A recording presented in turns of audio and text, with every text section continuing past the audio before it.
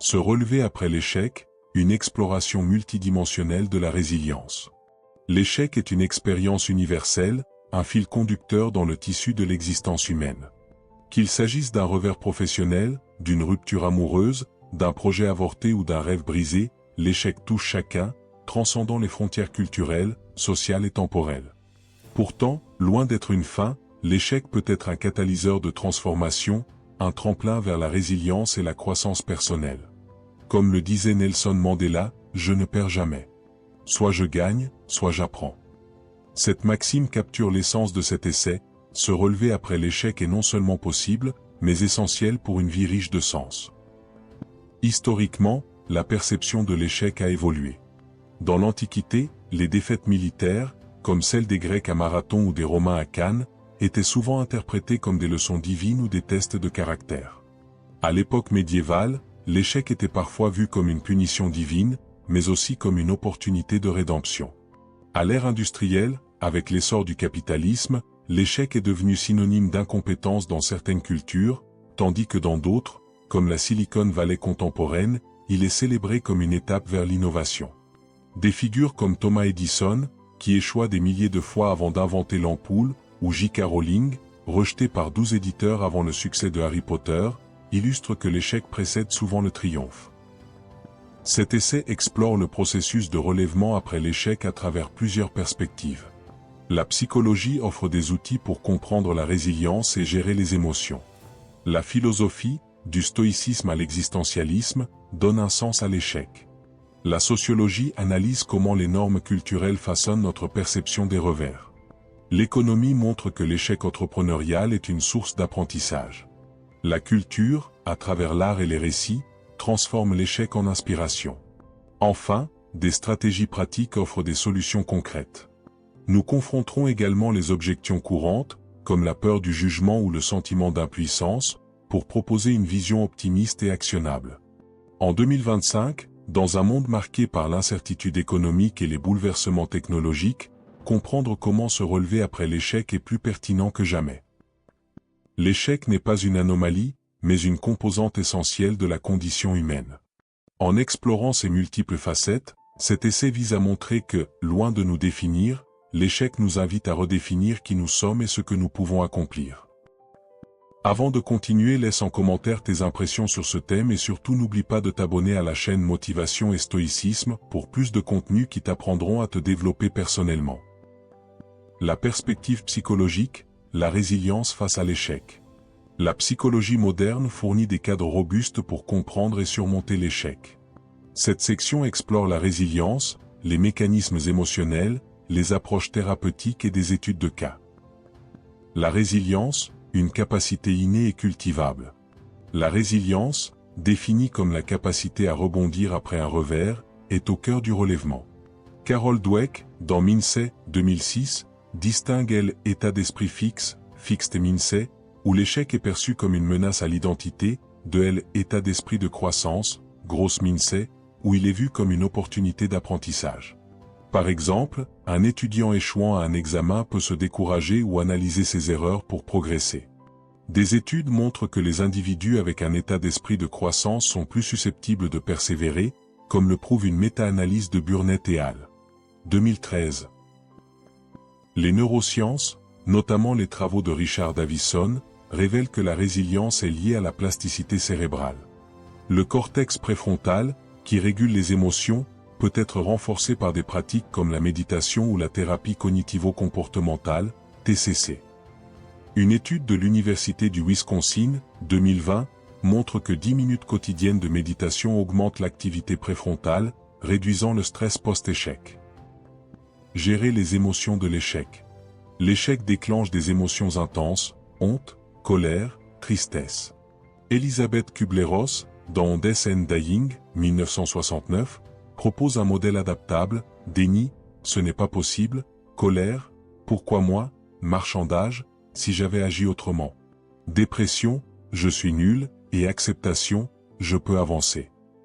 Bien que critiqué pour sa linéarité, ce modèle normalise les émotions complexes. La TCC, développée par Aaron Beck, aide à remplacer les pensées négatives, je suis un raté, par des pensées rationnelles, cet échec est une leçon. Par exemple, un entrepreneur dont la start-up échoue peut apprendre à voir son revers comme une opportunité d'innovation. La thérapie d'acceptation et d'engagement, ACT. L'ACT, fondée par Steven, encourage à accepter les émotions douloureuses sans les combattre, tout en agissant selon ses valeurs. Une étude de He et al. 2011 montre que l'ACT réduit l'anxiété post-échec de 30% en moyenne.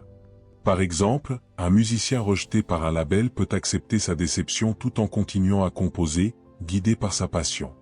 Des exercices comme la pleine conscience ou la clarification des valeurs renforcent cette approche.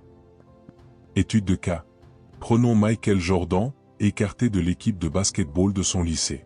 Cet échec le motiva à s'entraîner intensivement, menant à une carrière légendaire.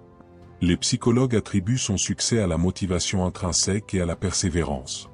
De même, Oprah Winfrey, licenciée de son premier emploi de présentatrice télé, a transformé cet échec en une carrière médiatique mondiale grâce à sa résilience. Approche complémentaire. La logothérapie de Viktor Frankl, centrée sur la quête de sens, propose que l'échec peut être une opportunité de redéfinir son but. Frankl, survivant de l'Holocauste, a surmonté des épreuves extrêmes en trouvant un sens dans la souffrance. Une étude de l'Université de Vienne, 2019, montre que les individus pratiquant la logothérapie rebondissent plus vite après des revers professionnels. Cette perspective psychologique montre que l'échec, bien que douloureux, est une opportunité de croissance si l'on adopte les bons outils. La perspective philosophique, l'échec comme partie de l'existence. La philosophie offre des cadres pour donner un sens à l'échec et le transcender. Nous explorons ici le stoïcisme, l'existentialisme, le taoïsme, le confucianisme et la pensée de Nietzsche. Le stoïcisme, contrôler ce qui dépend de nous. Les stoïciens, comme Sénèque et Marc Aurèle, enseignent que nous ne contrôlons que nos pensées et actions, pas les résultats. Dans ses lettres à Lucilius, Sénèque écrit « Ce n'est pas l'échec qui nous blesse, mais notre refus de l'accepter ».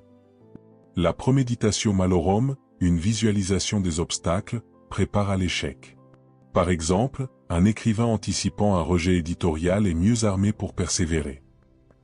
Marc Aurèle, dans Penser pour moi-même, compare l'échec à une tempête naturelle. Tu ne peux empêcher les oiseaux de voler au-dessus de ta tête, mais tu peux les empêcher de faire un nid dans tes cheveux. Cette philosophie invite à se concentrer sur l'effort, pas le résultat. L'existentialisme, créer du sens. Jean-Paul Sartre et Albert Camus soutiennent que la vie n'a pas de sens prédéfini, mais que nous le créons par nos choix. Dans le mythe de Sisyphe, Camus décrit Sisyphe, condamné à pousser un rocher éternellement, comme un héros absurde qui trouve du sens dans son effort. Un entrepreneur échouant peut ainsi voir son revers comme une étape dans sa quête de liberté. Le taoïsme, suivre le flux. Le Tao Te Ching de Laozi enseigne que l'échec est partie du flux naturel. Quand vous échouez, retournez à la simplicité, conseille-t-il. Un artiste en panne d'inspiration peut trouver la paix en créant sans attendre de reconnaissance, aligné avec le Tao. Le confucianisme, apprendre de l'échec. Confucius, dans les Analectes, valorise l'apprentissage par l'échec. Il écrit « Celui qui ne corrige pas ses erreurs est voué à les répéter ». Cette approche encourage l'autoréflexion, comme un étudiant analysant ses erreurs pour progresser. Nietzsche, l'échec comme affirmation. Dans Ainsi parlait Zarathustra, Nietzsche voit l'échec comme une épreuve de la volonté de puissance. Une vie sans échec manque d'intensité. Par exemple, un athlète perdant une course peut transformer sa déception en motivation pour s'entraîner plus dur. Ces philosophies montrent que l'échec, loin d'être une défaite, est une occasion de vivre plus authentiquement. La perspective sociologique, l'échec dans le contexte social. La perception de l'échec est façonnée par les normes sociales. Cette section explore la stigmatisation, les différences culturelles et les dynamiques de groupe. La stigmatisation de l'échec. Dans les sociétés méritocratiques, l'échec est souvent stigmatisé.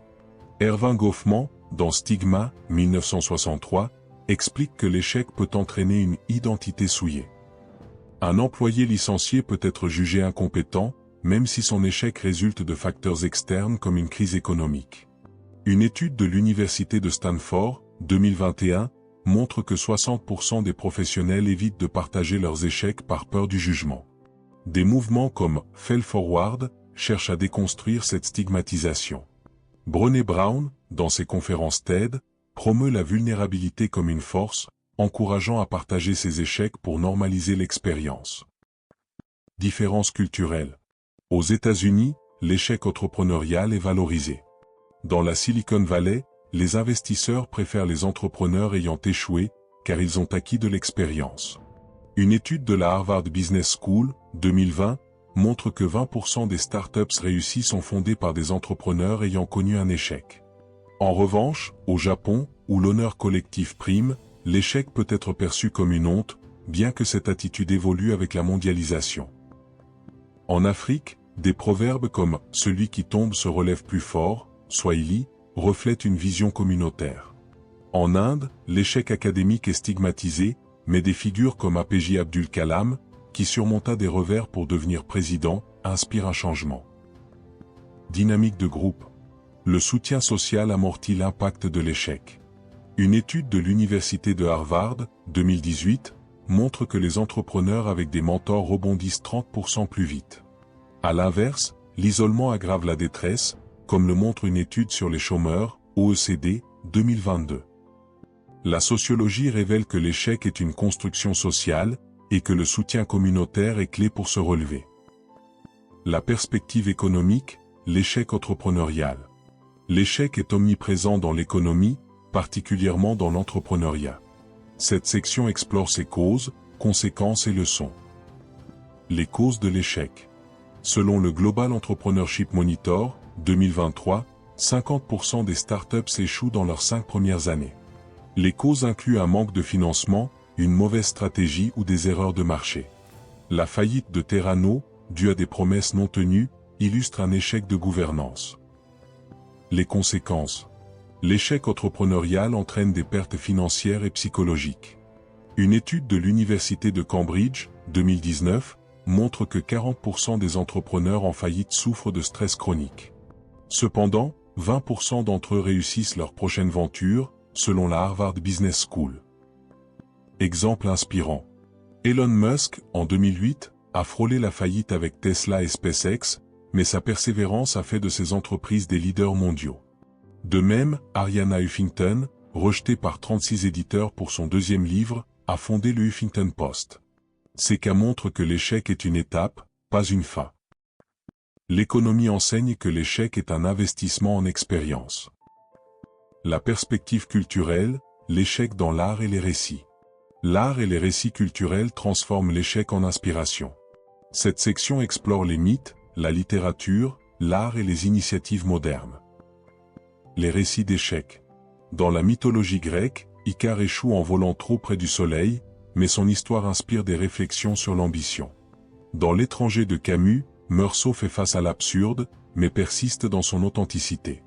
Ces récits montrent que l'échec est universel. L'échec dans l'art. Vincent van Gogh, méconnu de son vivant, vendit une seule toile, mais ses échecs alimentèrent sa créativité. Au cinéma, The Pursuit of Happiness, 2006, raconte l'histoire de Chris Gardner, qui surmonta la pauvreté pour devenir millionnaire. Ses œuvres célèbrent la résilience. Initiative moderne. Le Failure Festival, à Helsinki, invite les participants à partager leurs échecs, normalisant l'expérience. Des plateformes comme Medium regorgent de récits d'échecs, comme ceux de Startupper partageant leurs leçons. La culture transforme l'échec en une source d'inspiration collective. La perspective pratique, stratégie pour se relever. Cette section propose des stratégies concrètes, basées sur des recherches et des pratiques éprouvées. Analyser l'échec. La méthode des 5 pourquoi identifie les causes profondes. Par exemple, un projet échoué peut révéler un manque de planification. Une étude de MC Kinsey, 2021, montre que les entreprises pratiquant l'analyse post-échec améliorent leur performance de 25%. Fixer des objectifs progressifs. La théorie des objectifs de Locke, 1968, montre que des objectifs spécifiques augmentent la motivation. Après un échec, viser de petits succès, comme apprendre une nouvelle compétence, restaure la confiance. Construire un réseau. Les mentors et les communautés, comme les clubs d'entrepreneurs, offrent du soutien. Une étude de l'Université de Stanford, 2022, montre que les réseaux réduisent le temps de relèvement de 40%. Pratiquer la pleine conscience. La méditation, validée par Jon Kabat-Zinn, réduit le stress. Des applications comme Headspace proposent des exercices pour recentrer l'esprit. Raconter son échec. Partager son histoire, via un blog ou une conversation, déconstruit la honte. Des plateformes comme TEDx regorgent de récits inspirants.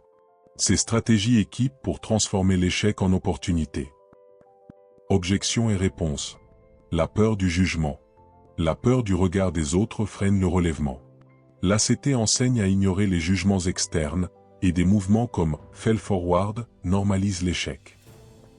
Le sentiment d'impuissance. L'auto-efficacité, théorisée par Bandura, 1977, montre que de petits succès restaurent la confiance. Par exemple, un étudiant échouant peut réussir un autre examen avec un travail ciblé. Les contraintes externes. Les barrières comme la pauvreté sont réelles, mais des exemples comme Oprah Winfrey montrent que la persévérance peut triompher. Ces réponses montrent que les obstacles sont surmontables. Conclusion, l'échec comme tremplin. Se relever après l'échec est un acte de courage et de transformation. La psychologie nous dote de résilience, la philosophie donne du sens, la sociologie contextualise, l'économie valorise l'expérience, la culture inspire, et les stratégies pratiques guident l'action. Comme le disait Winston Churchill, le succès, c'est d'aller d'échec en échec sans perdre son enthousiasme. En 2025, dans un monde en mutation, embrasser l'échec comme une étape vers la croissance est une compétence essentielle. Cet essai propose non seulement de comprendre l'échec, mais de le célébrer comme un moteur de vie.